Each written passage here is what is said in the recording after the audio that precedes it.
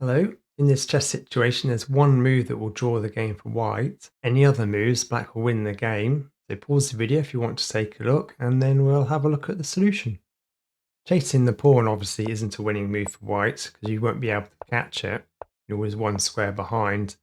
Then black can promote to a queen and will go on to win the game. It obviously is possible for black to blunder the win if they move their king. You can then just take the black pawn, and then you end up with a stalemate situation because the black king can stay in the corner, preventing you from promoting any of your pawns.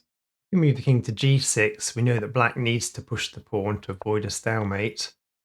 So they do that, and we can try and keep our own pawn forced to move sort of in and out with the king. Then when the pawn promotes to a queen, we're forced to move out of the way, and then black can take our pawn and go on to win the game. Okay, let's have a look at the solution to this one. So pause the video if you need some more time. The way to save the game for white is to move your king to f6. As black tries to promote the pawn, you can then move your king to g6. And then when black pushes their pawn, you can push your own pawn. The black king can no longer move, so they have to push their own pawn. You can then tuck your king in between the two pawns. And then when the pawn is forced to promote, if it's a queen or a rook, it's a stalemate. If they promote to a bishop or a knight, it will be a draw.